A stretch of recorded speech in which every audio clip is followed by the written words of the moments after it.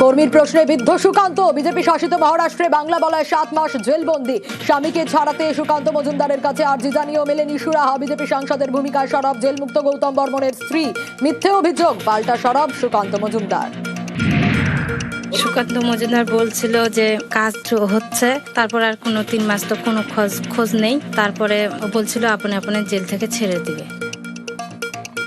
যে ব্যক্তিকে নিয়ে অভিষেক বন্দ্যোপাধ্যায় নোংরা রাজনীতি করছে, 2 লাখ টাকা দিয়েছেন, আমার কাছে খবর আছে, এবং চাকরি দেওয়ার প্রতিশ্রুতি দিয়েছেন, দিয়ে তাদেরকে দিয়ে বলাচ্ছে আমরা সুকান্ত মজুমদারের কাছে গেছিলাম, আমাদেরকে কোনো সাহায্য করা হয়নি। এসআইআর শুনানিতে বৈধ নথি সিএ সার্টিফিকেট কমিশনের নির্দেশের পরেও শঙ্কায় মতুয়ারা। শংসাপত্র অমিলে বাড়ছে বাদ পড়ার ভয়। ঠাকুরনগরের সভা থেকে তালিকায় নাম থাকার আশ্বাস বাণী শুভেন্দুর। বিজেপি সাংসদই বলছেন নাম বাদ যাবে, আগে দলের নেতাদের বোঝান শুভেন্দু। কটাক্ষ অভিষেকের। কোন মতুয়ার নাম হিন্দু শরণার্থীর নাম ভোটার তালিকা থেকে কাটতে দেব না।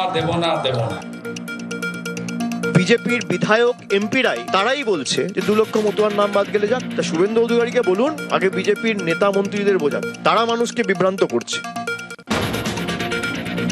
দিলীপের মন্ত্রী মন্তব্য বদল। গতকাল রানাঘাটের জনসভা থেকে মন্ত্রী হওয়ার ইচ্ছে প্রকাশ, আজ অন্য ব্যাখ্যা। দিলীপ ঘোষ মন্ত্রী হতে কেন, বুথ সভাপতি হতেও আসেনি, পরিবর্তন করতে এসেছে। অনেকে বুঝতে পারেনি দিলীপ ঘোষ কি চায়, এখন দিলীপ ঘোষকে বুঝতে সময় লাগবে। হেডলাইন্স নিবেদন করলো। এখন